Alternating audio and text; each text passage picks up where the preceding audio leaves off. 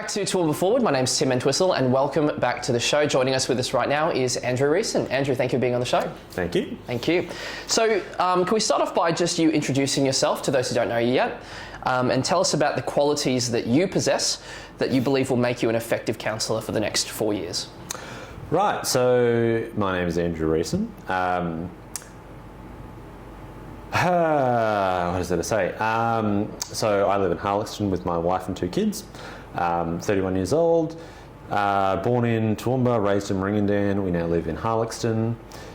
Basically my interest in politics comes from a desire to make sure that my kids are growing up into a better world. So my motivation is very much ensuring that we're caring for our people. We're considering the future. So I guess you mentioned values. Mine would be, I don't want to sound too flowery and say compassion and kindness, but that's basically it. Like, I think that the council has a huge role to play. It has a much bigger influence than it gets credit for. And so I see it as a way to try and ensure that the world that my kids are growing up into is better, is more inclusive of people who are different, that cares for people in need, that thinks about like the quality of life that people are going to be having now and in decades, not just about filling potholes and things. Like, I think council can have a much bigger influence on our lives and do quite a lot of good.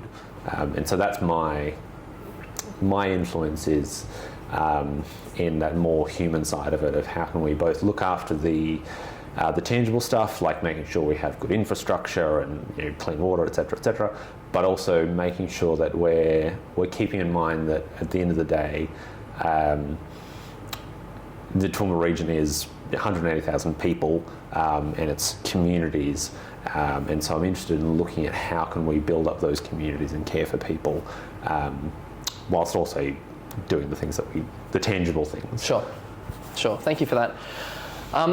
Your campaign has actually been utilising tactics that haven't really been seen in the election space in the Toowoomba region so far. Mm-hmm. It's been getting a lot of attention from the media and they're asking a lot of questions about it.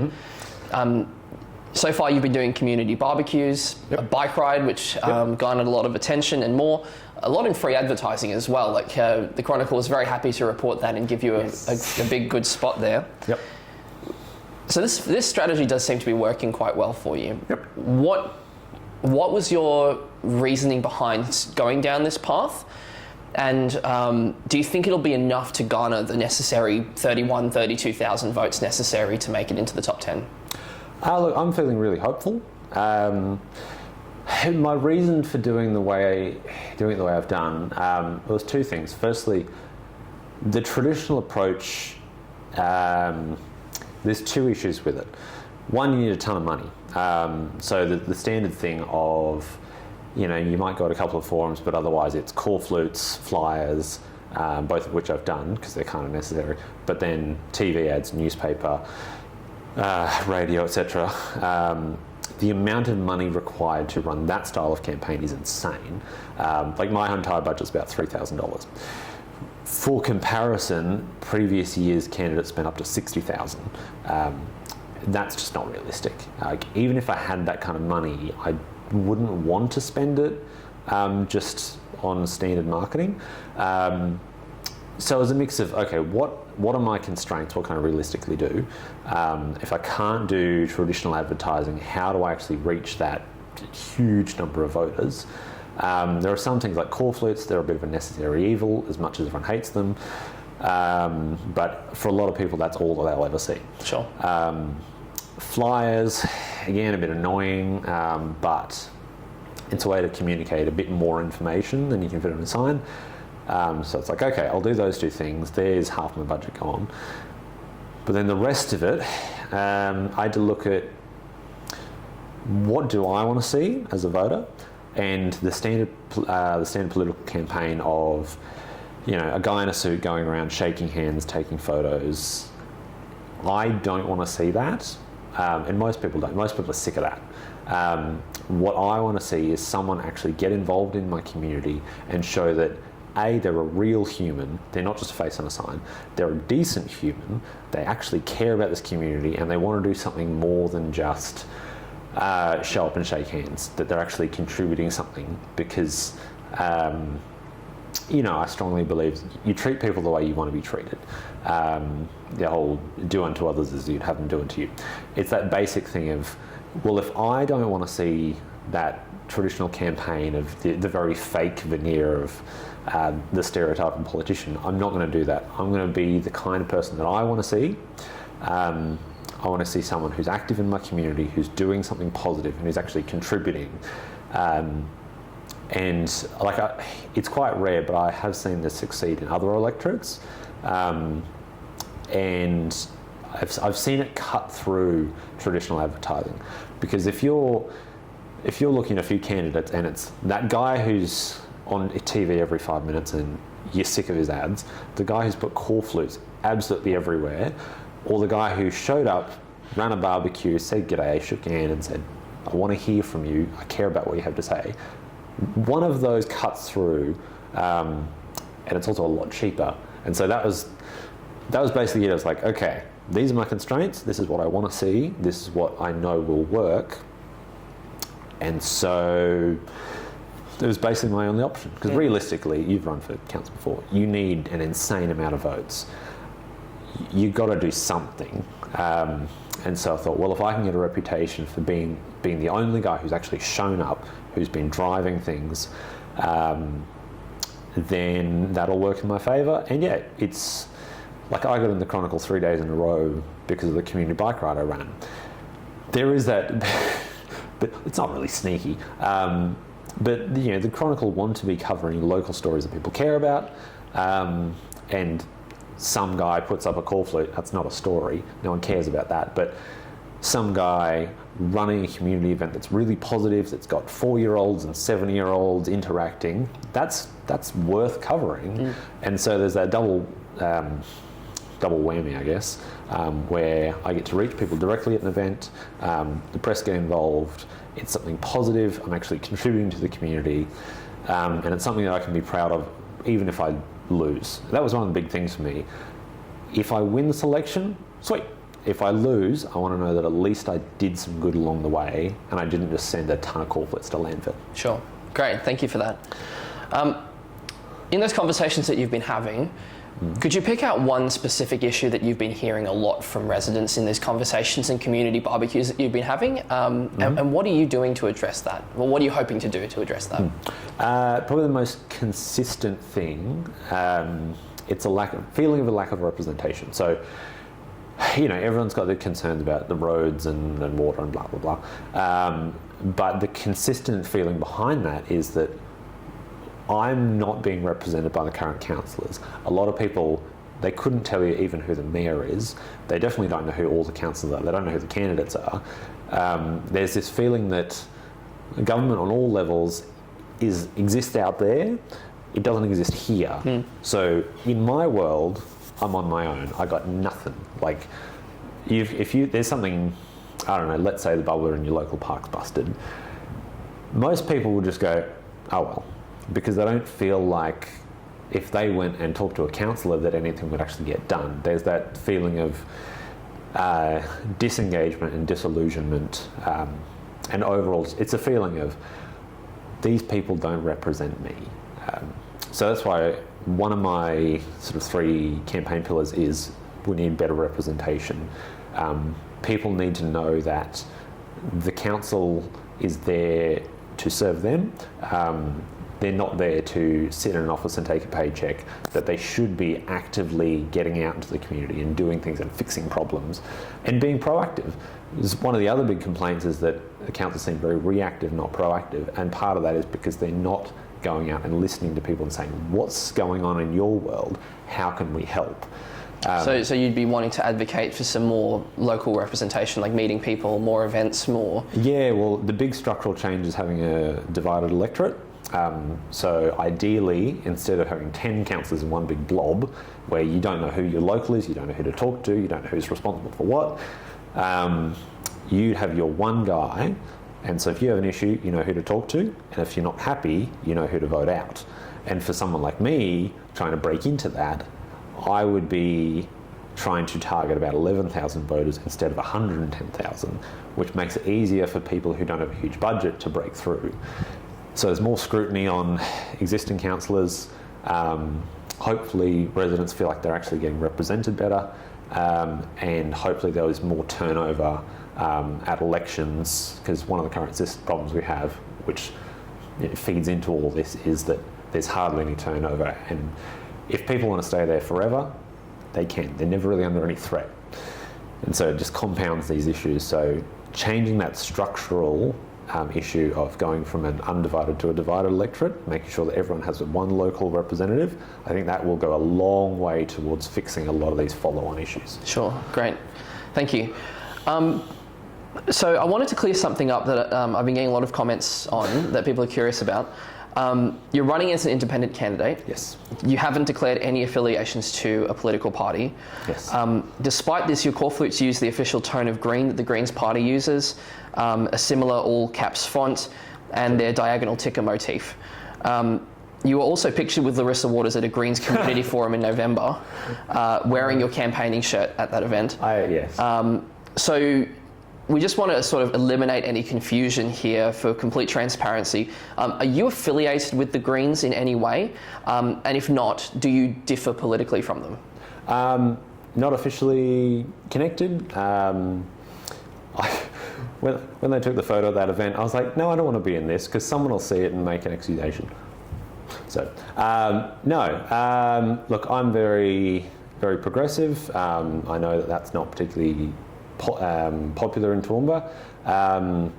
Neither is, like, even just wearing the colour green, I've copped, mostly on Facebook. In face-to-face, people are normal, they're fine. But just some of the insane comments I've had online, just for wearing a colour, I didn't expect it. Like, if I'd known that it was going to be that poorly received, I might have chosen differently. Yeah, not officially associated with the Greens. I know the local members. They're generally good people. My design was, clearly somewhat inspired, but that's mostly because I'm not a particularly imaginative graphic designer. So I designed what I thought would look good, and I tweaked and tweaked and tweaked, and ended up with something I was happy with. Some of it looks very Greens-esque, particularly the shirts. That was an accident. Some of it differs. Yeah. Yeah, fair enough. No, thank you for that. And so you mentioned that you're a progressive. Do you have any areas where you differ from them on policy, or? Not really. I mean, it's local government that I'm trying to get into, and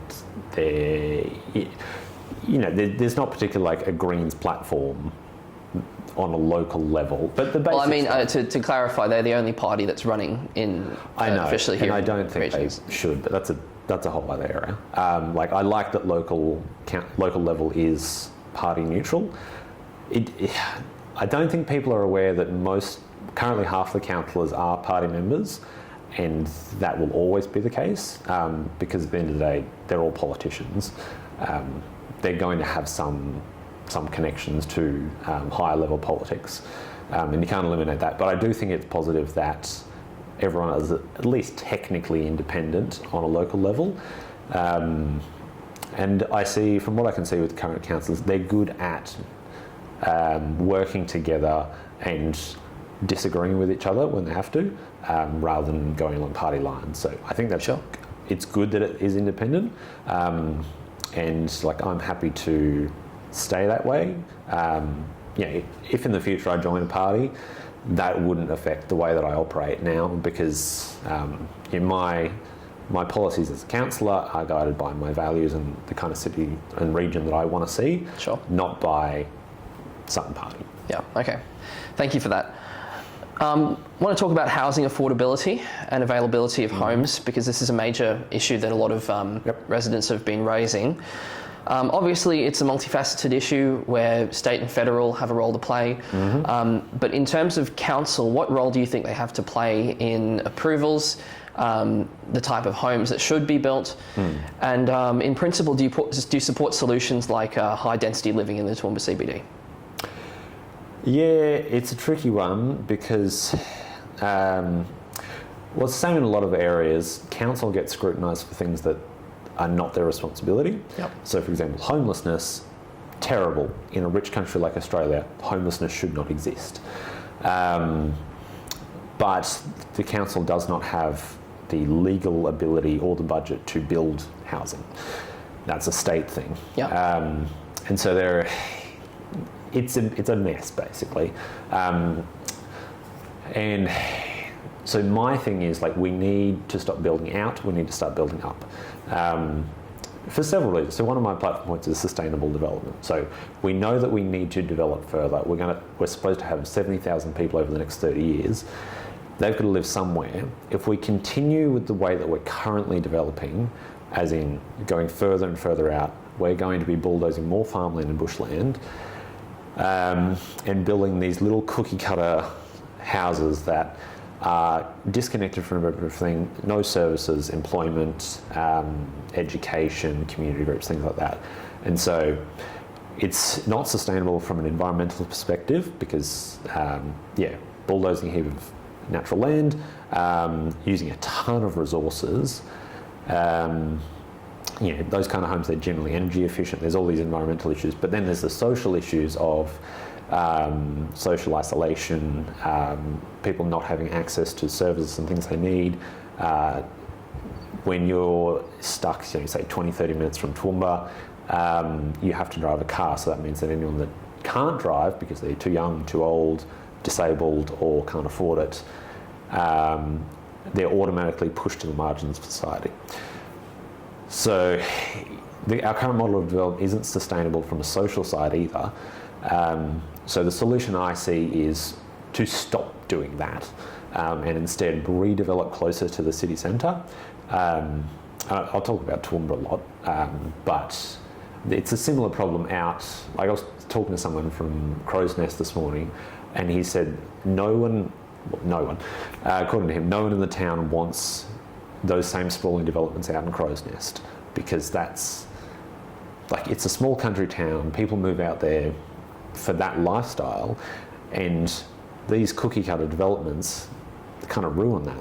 And a lot of the people will end up having to commute into Toowoomba every day, which means more cars, less parking, etc. And so the rest of us in Toowoomba have to deal with that problem and more wear and tear on roads, and it doesn't work. And so in Toowoomba we need more medium density development, but also a more sensitive model of development for places like Highfields, Pittsworth, Oakey, Crow's Nest, those smaller towns, to make sure that they can maintain their way of life, and they're not moving out into the country to be in a small town and then having suburbia swallow it up. Yep. Medium density, absolutely. We need also housing diversity, because currently, if you went to go look for a house now, it's some tiny little 2-bedroom unit that's wedged in somewhere with no green space, or a 3 or 4 bedroom house that might cost you $500 a week in rent. If you're, say my mum's demographic, if dad died and they lost that pension, if they didn't own their house, then my mum would be 75 years old on an age pension, trying to find a place that's, you can't find anything under $250 a week. And that's like best case scenario. Sure. So we need that housing diversity. So for someone in her situation that just needs like a simple 1-bedroom unit, has that option, or a tiny home or something like that, rather than having this very sort of binary model of like, you're young, you live in a terrible little unit or a share house, you have a family, you move out of town, a big house, and then you downsize and get shoved to the margins in a retirement village. There needs to be more of a neighbourhood setup so that you can have intergenerational living in the same neighbourhood, rather than having these sort of very homogenous developments where if you don't fit into that model, you're stuck, or Sure. you end up paying a huge amount of money. The restriction is that the council doesn't actually have that much power to make that happen. No, that's right. But they have the power to advocate on a state level to say, this is what we need, and fight to change the rules at a state level, rather than just going, oh well. Yeah. Okay. Thank you. So sustainability and responsibly managing our environment is top of mind for many Toowoomba Region ratepayers. What are your convictions in regards to climate change and whether or not council has a role to play in it? Yep. Well, yeah, one of my things is sustainable development, and looking at how can we meet human and call it natural needs, rather than what we currently do, which is essentially we've got human space and nature exists out there, and we're slowly pushing further and further out.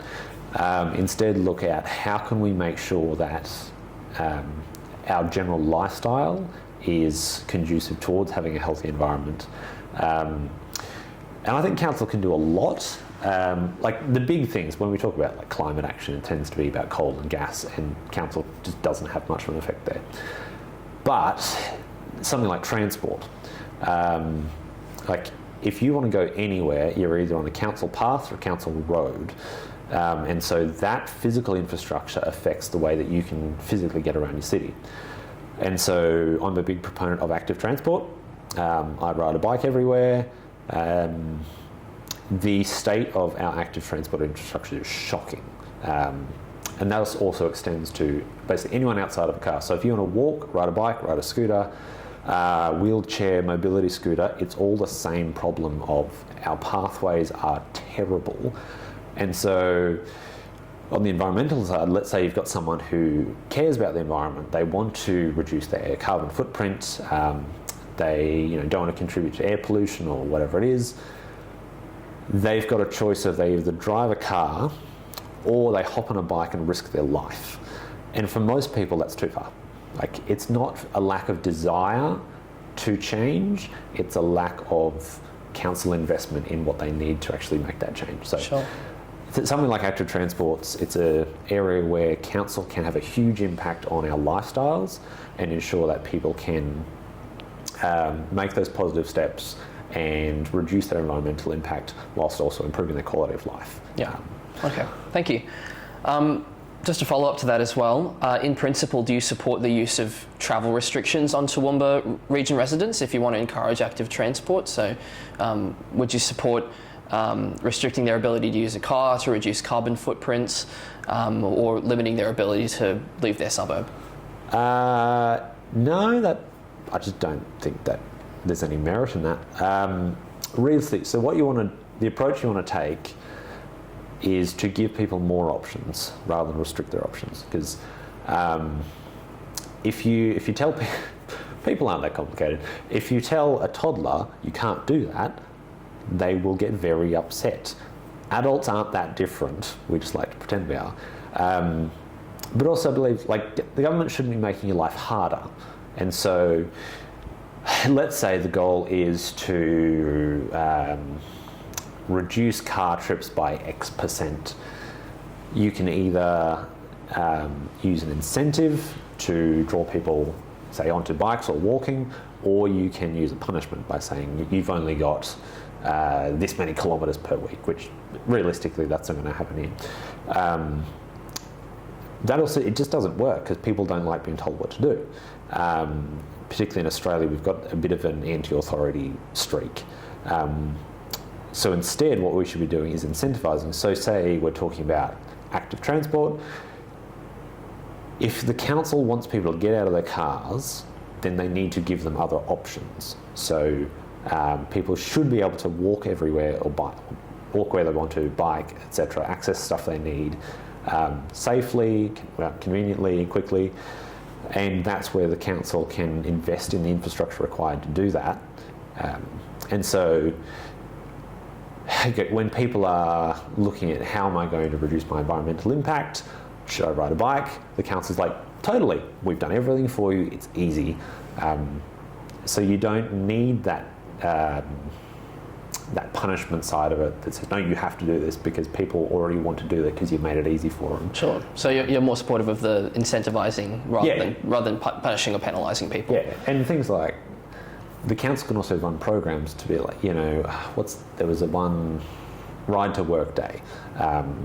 that was, I don't think it's been run here a few years ago, but helping, my thing is like bring people along with you. So it's like, okay, we've got this vision for the future.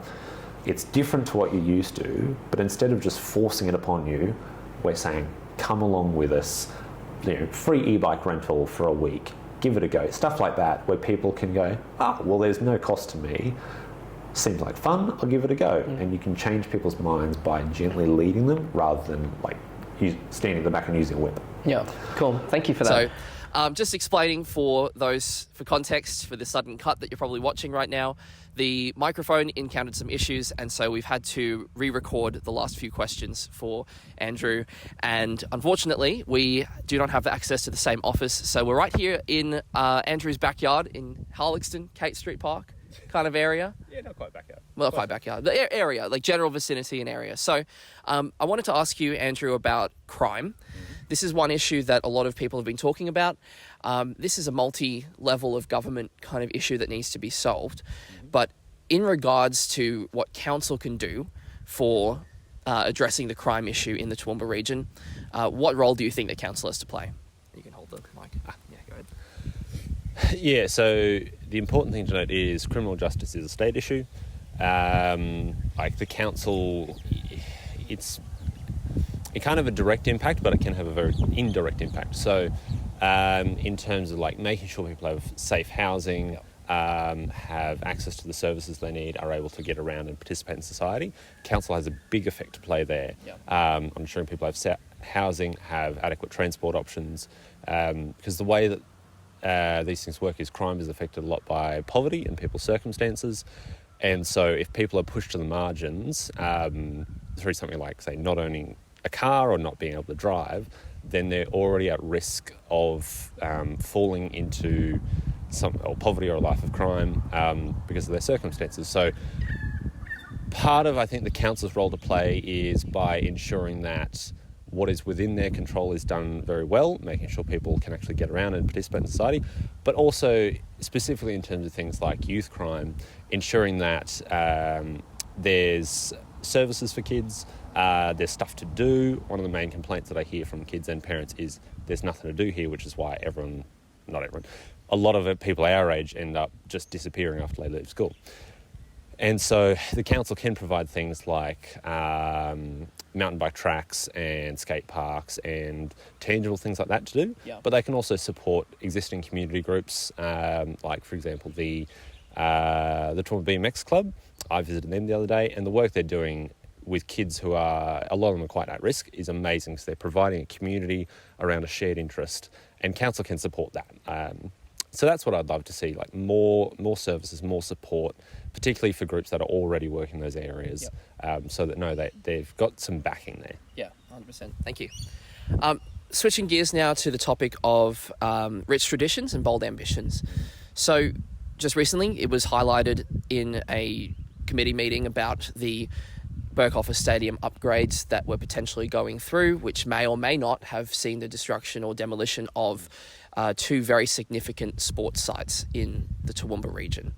Now, I wanted to hear your thoughts on the idea of progressing forward into the future, that's the bold ambitions, while also maintaining the rich traditions that we have here in the Toowoomba region. Yeah, the Burke Office Stadium thing is a bit of a schmozzle. I personally don't think it's worth supporting. I think it's, I can't see how that's a realistic proposal, but again, it's important to know that it's outside council's control. One of the main bits of feedback I hear is that Toowoomba doesn't have a lot of drive. Council's very reactive, not proactive. They wait for other people to do the work and then they get on board. And I'd love to see that change so that council are taking an active role in making sure that as we develop, we're not losing what makes this region worth living in.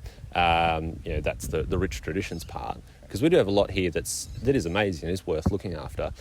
But as we've grown, we are slowly losing that. We're losing our identity. And so I think that the council needs to do more to ensure that we're growing in a way that is sustainable and is actually like driving things forward, whilst also making sure that we still retain what makes this place special, Yep. and we're not just doing whatever works for property developers, but we're actually, there's a vision of like what we could look like in 30 years, rather than just constantly sort of fighting fires and dealing with whatever's coming up, but actually having an ambition, or the bold ambitions that we talk about. I'd like to see a whole lot more vision and drive from council, for them to actively be doing things rather than waiting for other people to do it first. Sure. Great, thank you. And so just last question.